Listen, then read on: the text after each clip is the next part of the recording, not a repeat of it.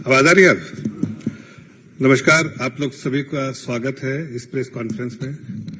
आज आपके सामने प्रेस जो कॉन्फ्रेंस करने आया हूं वो घमंडिया गठबंधन और उसमें शामिल लोगों के बारे में एक पोल खोलने के लिए आया हूं।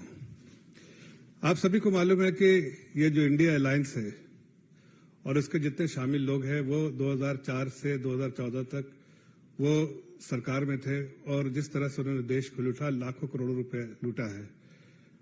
और ये 2014 के बाद जब देश में ऐसी सरकार आई जिसका मूल मंत्र था zero corruption, policy on zero corruption, no tolerance on zero corruption, तो इन लोगों ने ये जो इसके सरगना लोग थे, जो घमंडिया गठबंधन के लोग, जो उस वक्त जो उन्होंने जो जितना भी घोटाला किया था उसके सरगना लोग सब दिल्ली में बैठे हैं। अब इन लोगों ने राज्य सरकार को लूटने का ठेका दे रखा है। जब सरकार दिल्ली में नहीं बची इनकी और ये करप्शन अब नहीं कर सकते हैं दिल्ली में, देश जो देश की जो सेंट्रल गवर्नमेंट है वो जब बिल्कुल ईमानदार हो गई तब इन्होंने बिल्कुल चुन लिया सारे राज्य जितने जहां इनकी सरकार है उसको इन्होंने लूटने का ठेका दे दिया है।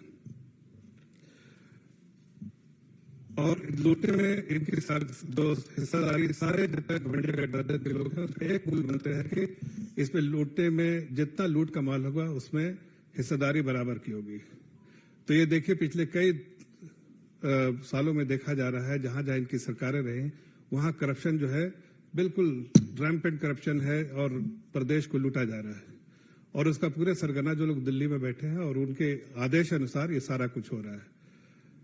मैं कह सकता हूं कि जो राज्यों को उन्होंने ठेका दिया है उसमें बहुत सारे राज्य जो है उनके सरकार है, उसमें से एक जो है वो झारखंड सरकार है जिसके बारे में मैं आज आपको बताना चाहता हूं।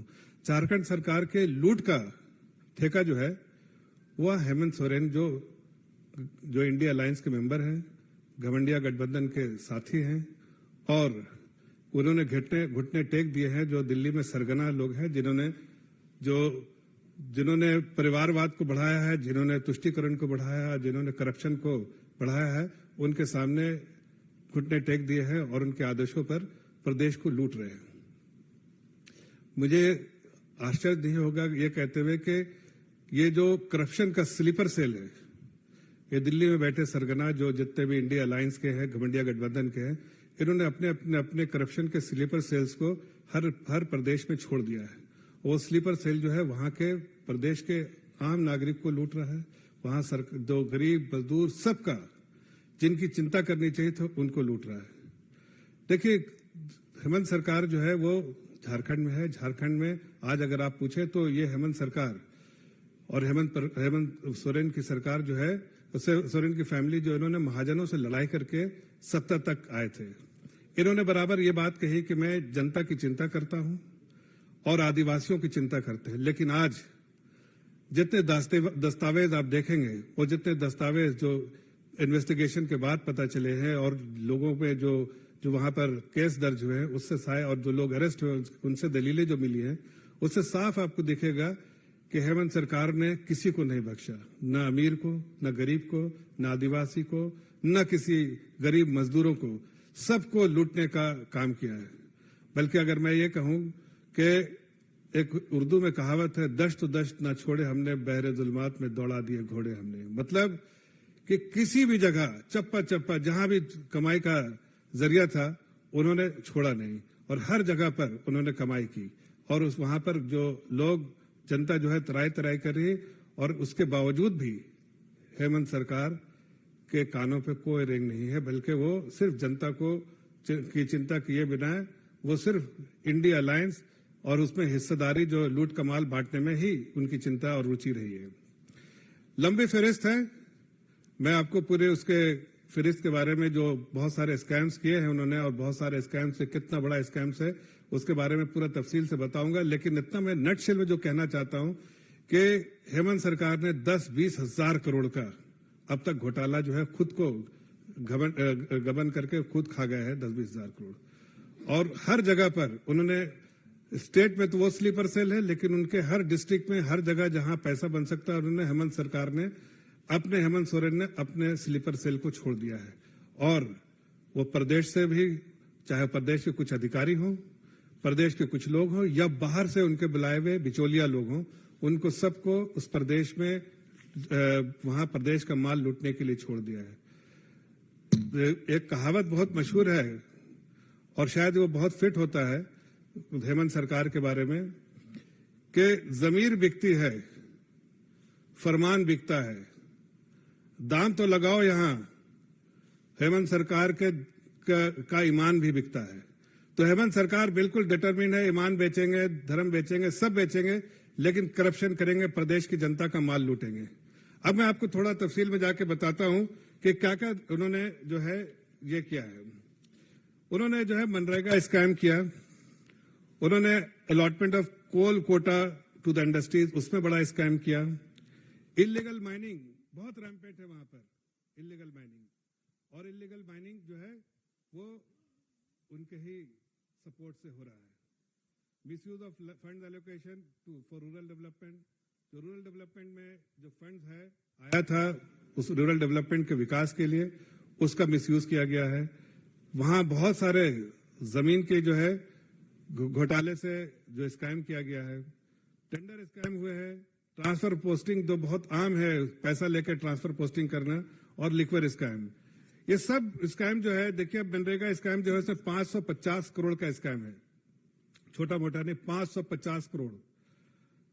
कोल स्कैम जो है, जो जिसमें कोल ब्लॉक अलॉट हुआ है, वो 1500 करोड़, 1500 करोड़ का है। इलीगल माइनिंग जो है वो भी 1500 करोड़ का है, और रूरल डेवलपमेंट का जो फंड जो है वो 1500 से 2000 करोड़ का है। लैंड स्कैम जो है वो 3000 से 5000 करोड़ का है। टेंडर स्कैम 1000 करोड़ का है। ट्रांसफर पोस्टिंग जो है वो 100 करोड़ से 500 करोड़ तक है, और लिक्विड स्कैम जो है वो अभी तक जो जानकारी के हिसाब से 2000 करोड़ का है, लेकिन और भी जानकारी आ सकती है। इसके पीछे क्यों, ये कैसे हुआ है सब सारा करप्शन? क्या ये करप्शन करने के लिए एक छूट दी हुई है, या आखिर ये करप्शन में किसके हाथ है?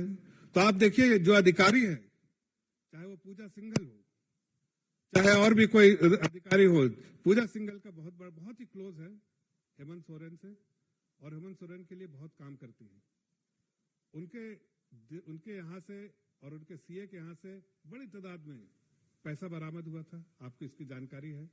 ईडी ने जब वहां पर सीज और सर्च करने का किया, और इनकम टैक्स ने जब रेड किया, तो वहां पर बहुत बड़ी मात्रा में कैश बरामद हुआ। और कैश किसका था? पूजा सिंघल के सीए के पास था, लेकिन कैश जो है वो हेमंत सोरेन का था। जितने भी लोग पकड़ाए, जितने भी अभी तक जो हिरासत में ले गए, अगर सबकी बात को सुना जाए और सबकी दलीलें देखी जाए, और सब ने जो रिवील किया है वो सब जानते हैं कि एक ही तरफ इशारा है, हेमंत सोरेन की तरफ।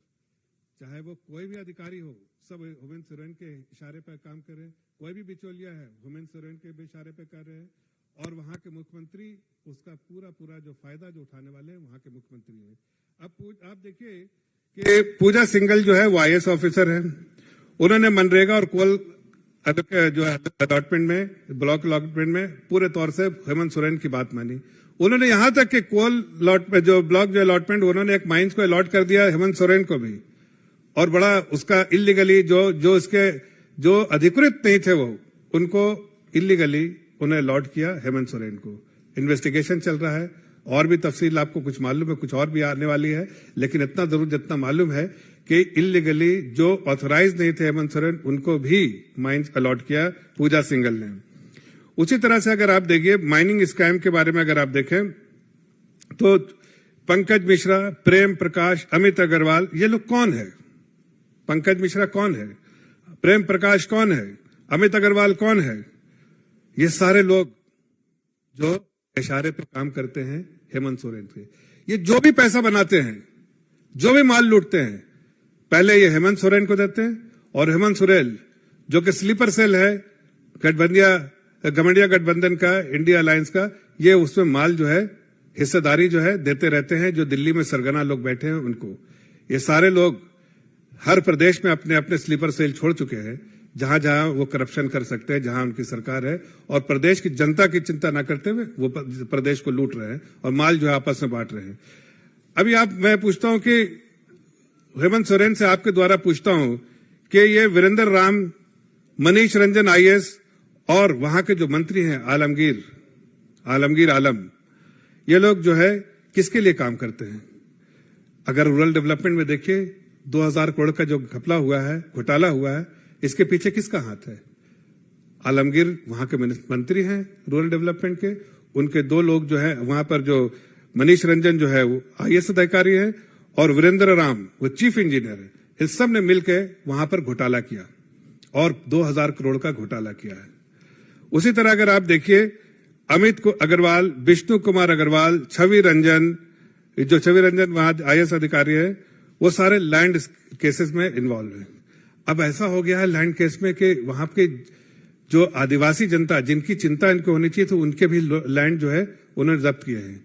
उन्होंने अपने फहरिस्त में दिया है जिसके 106 ऐसी लैंड है जो इसके बारे में इन्होंने सीबीआई में लिस्ट दी है, जिसमें उन्होंने कहा है कि मेरा है, लेकिन उसके बाद तो बहुत सारे ऐसे हैं जो बेनामी है। अब मैं आपको कुछ और बात, अहम बात बताना चाहता हूं कि जब उनको लैंड लेना होता है तो वो निवासी बन जाते हैं। अगर बोकारो में लैंड लेना हो तो बोकारो के, अगर आप धनबाद में लेना हो तो धनबाद के, अगर हजारीबाग में लेना है तो हजारीबाग के, रांची में लेना है तो रांची में, या जमशेदपुर में लेना है तो जमशेदपुर में। और उतना ही नहीं, वहां के निवासी आखिर हैं कहां के निवासी मालूम नहीं, लेकिन वहीं के निवासी बन जाते हैं, इसलिए कि लैंड इनको जब्त करना है। और वे नाम भी बदल देते हैं। आपको बताना चाहता हूं मैं कि नाम भी बदल देते हैं। हेमंत सोरेन का नाम हो जाता है हेमंत कुमार सोरेन, उनके पिता का नाम शिबू सोरेन से हो जाता है शिव सोरेन, और हर जगह पर वो गलत नाम से बेनामी प्रॉपर्टी लेते हैं। मैं आपको दिखाना चाहता हूं, अगर आप देख सकिए तो मैं आपको इसको जरा अगर जूम करके दिखाइए कि इन लोगों ने नाम कैसे चेंज किया है। हेमंत कुमार सोरेन, हेमंत सोरेन की जगह एफिडेविट में क्या नाम है और यहां क्या नाम है, जरा देखा जाए। शिबू सोरेन का नाम शिव सोरेन, एफिडेविट में नाम क्या है? क्या शिव सोरेन है? ऐसे 100 एकड़ का लैंड जो दिल्ली रांची के जो फायरिंग रेंज के बगल में है, 500 करोड़ की प्रॉपर्टी है, 500 करोड़ का वैल्यू का लैंड है, और इन लोगों ने जब्त किया है। इसको जरा जूम करके दिखाइए, इसको कि ये लैंड जो है किस नाम से खरीदा गया है। ये सब बेनामी प्रॉपर्टी, नाम बदल के हर जगह इन्होंने खरीदा है, लैंड स्कैम किया है। इसलिए कि खुद नहीं खरीद सकते हैं, लेकिन किसी को बांटना भी नहीं चाहते हैं, इसलिए खुद नाम बदल के ही लेना चाहते हैं, तो इन्होंने ऐसा स्कैम किया। लेकिन जब इनसे ईडी पूछताछ करती है तो ये कहते हैं कि हमारी जमीन नहीं है, ये इसके बारे में जानकारी नहीं देते। लेकिन उसका भी पुख्ता सबूत लेकर आया हूं। ये बात आपको किसी ने नहीं दिखाया होगा, लेकिन पुख्ता सबूत लेकर आया हूं। देखिए, मैं आपको दिखाता हूं ये वीडियो। अगर ये वीडियो आपको दिख पा रहा है तो आप इस पर देखिए कि क्या लिखा है वीडियो में। देखिए,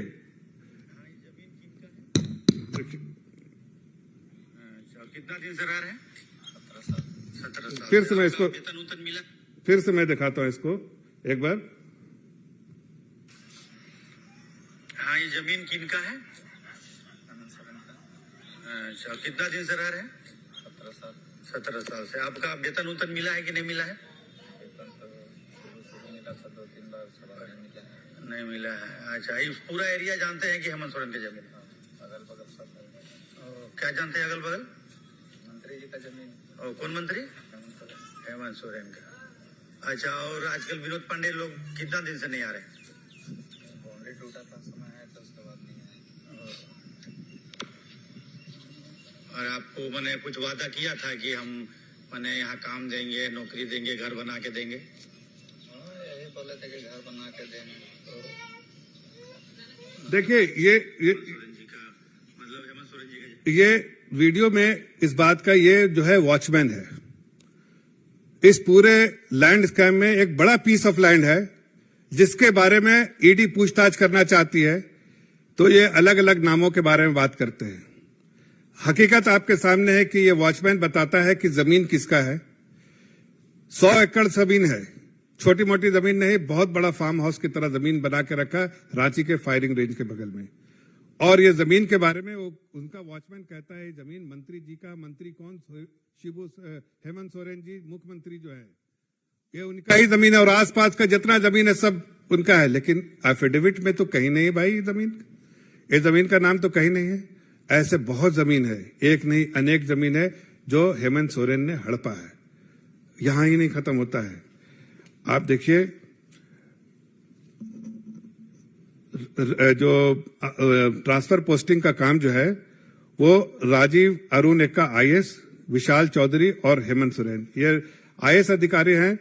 राजीव अरुण एक्का और विशाल चौधरी उनके साथी हैं। इन दोनों ने मिलकर जो टेंडर स्कैम किया है और इन दोनों ने पोस्टिंग, ट्रांसफर पोस्टिंग में, और ये दोनों जो है खास आदमी हैं हेमंत सोरेन के। जितने भी ट्रांसफर पोस्टिंग होती है उसका साइन जो करने वाले ये जो है राजीव अरुण एक्का ये करते हैं। इनके ही दस्तावेज से, उनके हस्ताक्षर से सारे ट्रांसफर पोस्टिंग होती है या टेंडर निकलता है। टेंडर डॉक्यूमेंट में जो सारी चीज कैसे होना चाहिए, ये विशाल, ये जो चौधरी जो कहीं ना कहीं बिचौलिया है, और राजीव एक्का, ये दोनों मिलके हेमंत सोरेन को के इशारे पे काम करके, और इसका जितना कलेक्शन होता है वो हेमंत सोरेन को जाता है। एक नहीं, पूरा जो करप्शन का डेन बन गया है झारखंड। आप झारखंड में आज देखिए, झारखंड कहीं ना कहीं पूरे देश के लिए कलंक हो गया है इस कारण से कि वहां की सरकार ने वहां की जनता की चिंता ना करते हुए बल्कि वहां के अपने परिवार के लिए और इंडिया अलायंस के सरगनाओं के इशारे पे वहां की प्रदेश का हक छीन के, प्रदेश के हक के संपत्तियों को, माल को लूट के हिस्सेदारी जो है वो पूरे जो है वो उन सरगनाओं के साथ, जो इंडिया अलायंस के सरगना है, जिनका करप्शन में कहीं ना कहीं महारत हासिल है। 2004 से 14 के बीच में हमने देखा था किस तरह से उन्होंने करप्शन किया था। मैं आखिरी में इतना बताना चाहता हूं कि आज अगर पूरे देश में देखिए तो दो तरह के लोग हैं। एक तो है जो भारतीय जनता पार्टी एनडीए के जो और आदरणीय प्रधानमंत्री जी की जो सोच है वो देश को आगे ले जाने का काम कर रही है, देश को आगे बढ़ाने का काम कर रही है, और देश में जो करप्शन जैसी, परिवारवाद जैसी या जो तुष्टीकरण जैसी पॉलिसी के खिलाफ लड़ रही है। और दूसरी तरफ एक ऐसा अलायंस है, घमंडिया अलायंस, ऐसा गठबंधन है, इंडिया अलायंस जैसा गठबंधन, जो देश को और खासकर आजकल उनके स्लीपर सेल के द्वारा प्रदेश को जहां जहां उनकी सरकार है खोखला करना चाहती है। हमारा मकसद इस प्रेस कॉन्फ्रेंस के द्वारा संक्षिप्त में इतना बताना चाहता था कि ये घमंडिया अलायंस के लिए काम कर रहे हैं और जमीर बेचने का काम कर रहे हैं। यहाँ फरमान भी बिकता है, यहाँ ईमान भी बिकता है। सिर्फ आपको दाम बताना है, यहाँ हर चीज का दाम लगता है और दाम के साथ ये माल जो होता है वो कहीं ना कहीं ये जो दिल्ली में बैठे इंडिया अलायंस के सरबराह है और सरगना है उनमें तकसीम किया जाता है, उनकी हिस्सेदारी होती है। आपका कोई क्वेश्चन है? धन्यवाद।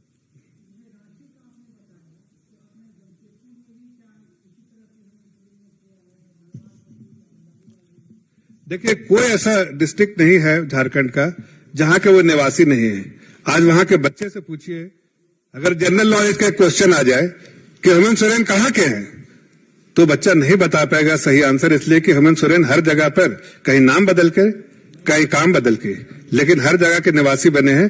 लेकिन असल मकसद उनका है गरीबों का लैंड लूटना, बेनामी प्रॉपर्टी करना और उनसे जब्त करना। एक नहीं, हजारों हजार करोड़ के लैंड उन्होंने किए हैं और हजारों करोड़ का स्कैम किया। आप छोटा सी मिसाल देते हैं, एनजीटी का गाइडलाइंस है कि बालू जो है वो नहीं उठाना चाहिए जून से अक्टूबर तक, लेकिन आज देखिए बिहार में, झारखंड में हर तरह से बालू उठाया जा रहा है। एनजीटी गाइडलाइंस का कोई चिंता नहीं। और आखिर में इतना बोलना चाहता हूं कि देखिए, आज जब ईडी जब इनको बुला रही है, समन कर रही है ये रांची वाले लैंड के लिए, उसके बारे में जानकारी लेने के लिए, तो ये सुप्रीम कोर्ट भाग के जाते हैं। ईडी में अपेयर नहीं होते, सुप्रीम कोर्ट में भाग के जाते हैं कि किसी तरह से सुप्रीम कोर्ट से इन्वेस्टिगेशन से राहत मिल जाए और पूछताछ से राहत मिल जाए। लेकिन आज आपको पता है, आज सुप्रीम कोर्ट ने बताया है, आज अपने को उन्होंने विड्रॉ करना पड़ा इसलिए कि सुप्रीम कोर्ट का आदेश था कि आप हाईकोर्ट में पहले जाइए, हाईकोर्ट में इसके बारे में अर्जी दीजिए, इसलिए कि वो नहीं चाहते हैं इन्वेस्टिगेशन हो। इन्वेस्टिगेशन को कहीं ना कहीं वो लंबा खींचना चाहते हैं ताकि इनकी जितनी भी जो उसका कहीं ना कहीं आज निर्माण करना चाहते हैं।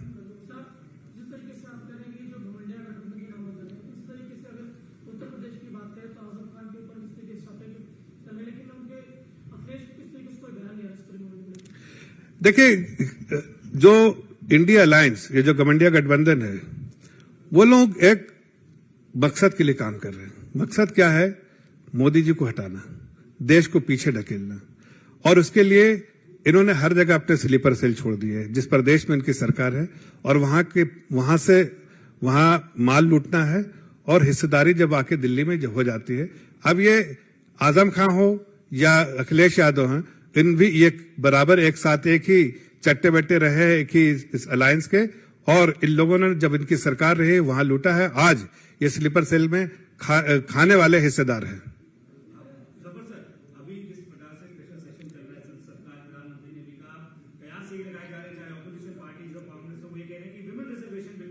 जरूर लाना चाहिए। विमन रिजर्वेशन बिल कांग्रेस हमेशा से पुश करती आई है, लेकिन अब तक आया नहीं है, तो उसको लाने के लिए फिर आग बात चल रही है, क्या कहेंगे? अब देखिए, मैं अभी पार्लियामेंट सेशन पे ये नहीं है, वो सेशन में जो भी चर्चा होगी, जो बिल आएंगे, जिस पे भी चर्चा होगी, वो आपकी जानकारी हर दिन मिलती रहती है।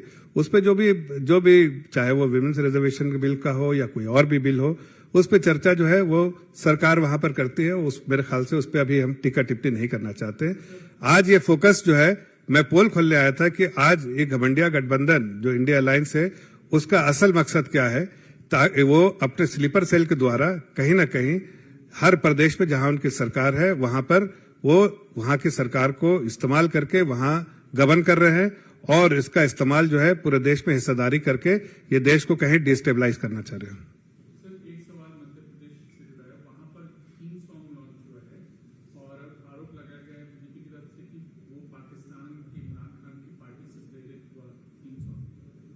देखिए, मैं इसके बारे में जानकारी नहीं, मैं आज इस प्रेस कॉन्फ्रेंस सिर्फ इसी मुद्दे पे कर रहा हूं।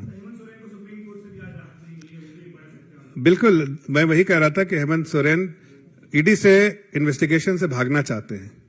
ईडी ने जो इन्वेस्टिगेशन के लिए उनको समन किया है, उससे वो चाहते हैं राहत मिल जाए, इसलिए सुप्रीम कोर्ट का दरवाजा खटखटाया, लेकिन उन्हें कोई राहत नहीं मिली और उन्होंने विड्रॉ कर लिया। और अब उनको सुप्रीम कोर्ट की हिदायत है कि आप स्टेट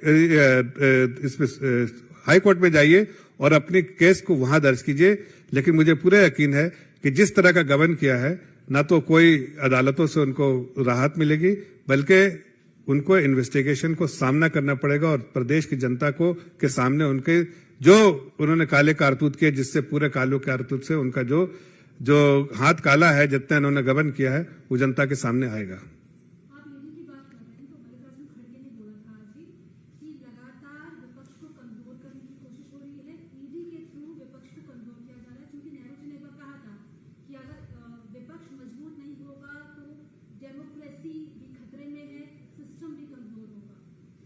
देखिए, ईडी अपना काम कर रही है। अब मैं इसके बारे में जैसे आपको दिखाया था कि अगर कोई मुख्यमंत्री अपना नाम बदल दे, अपना निवास जहां का निवासी है वहां से बदल दे, तो ऐसे में इन्वेस्टिगेशन नहीं होना चाहिए क्या? अगर वो प्रॉपर्टी जब्त करने के लिए इलीगल तरीके से प्रॉपर्टी जब्त करती है और इसमें अधिकारियों का इस्तेमाल किया गया है, आईएएस अधिकारियों का इस्तेमाल करके ये प्रॉपर्टी जब्त की गई है, तो ऐसे में जितने गबन किए गए हैं, और एक नहीं 1000 जो है वहां पर केस ऐसे हैं जिनका इन्वेस्टिगेशन हुआ जहां करप्शन है।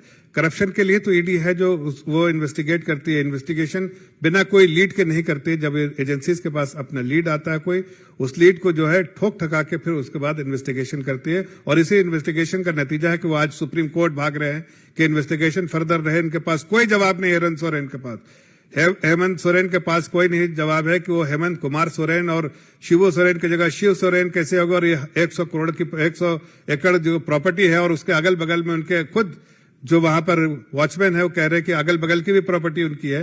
तो आखिर ऐसा कैसे हो सकता है कि वो इन्वेस्टिगेशन एजेंसीज उनको सिर्फ कमजोर करने के लिए इन्वेस्टिगेशन एजेंसीज अपना काम कर रही है, और ये लोग जो काम कर गए हैं उसको दुनिया के सामने जग जाहिर करना चाहती है।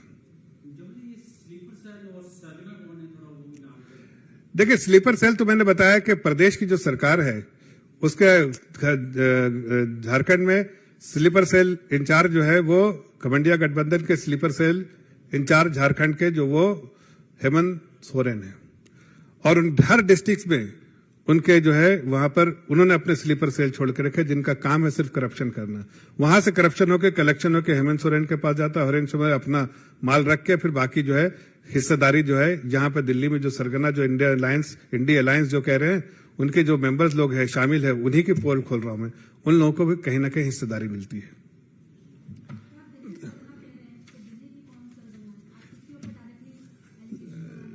उन्होंने देखिए घुटने किस तरह से टेक दिए हैं, किसके सामने टेक दिया है घुटने। हेमंत सोरेन ने किसके सामने, दिल्ली की कौन सा ऐसा परिवार है जिसके सामने घुटना टेक दिया है? पूरे देश को मालूम है कि आज उनकी सरकार उनके साथ है, प्रदेश में भी सरकार साथ है, और उन्होंने दिल्ली में घुटने टेक दिए हैं और वहां से धन जितना बनाते हैं दिल्ली में भी आता है। धन्यवाद।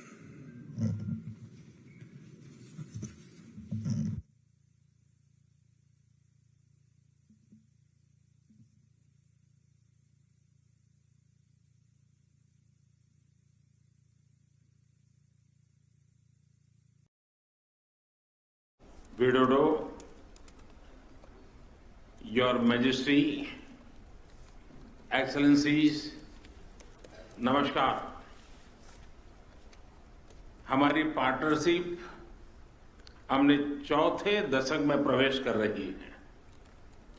ऐसे में भारत आसियान समिट, उसको को-चेयर करना मेरे लिए बहुत ही प्रसन्नता का विषय है।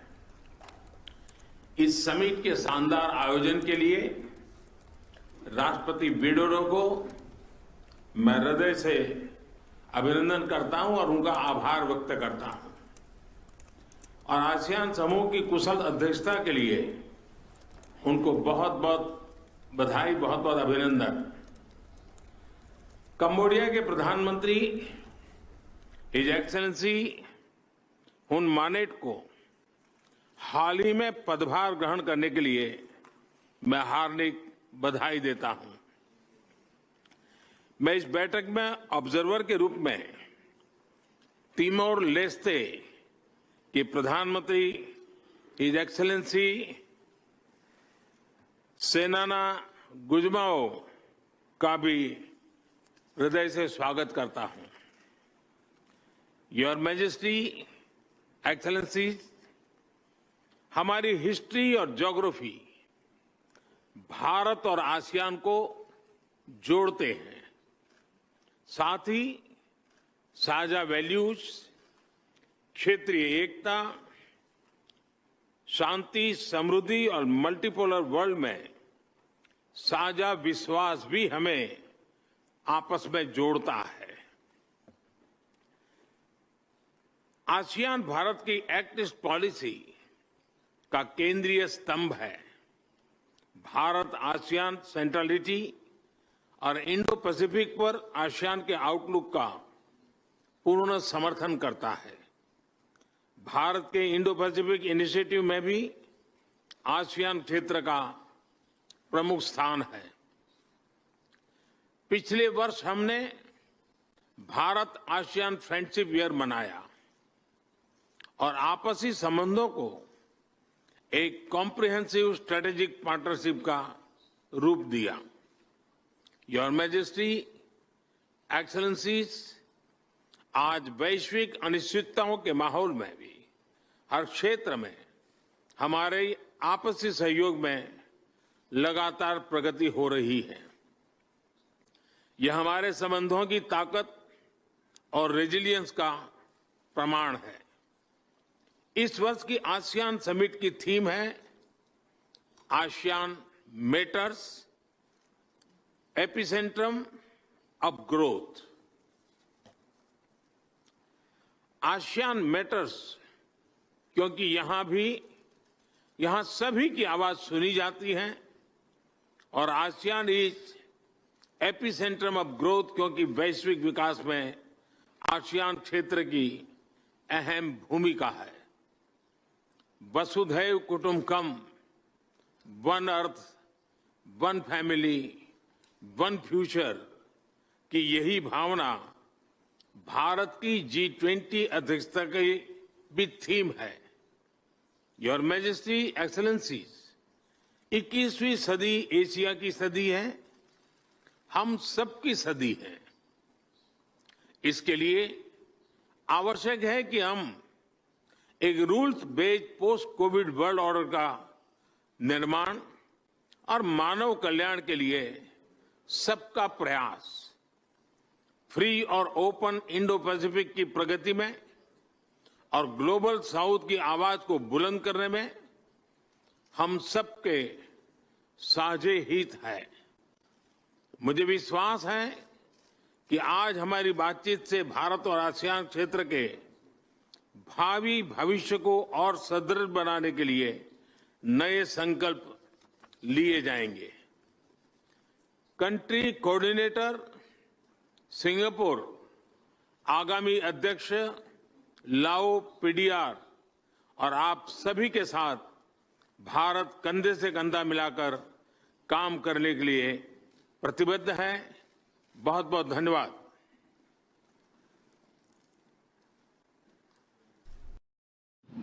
नाम जो है, नामकरण जो है इंडिया रखा गया है और हमारा नारा है जुड़ेगा भारत जीतेगा इंडिया।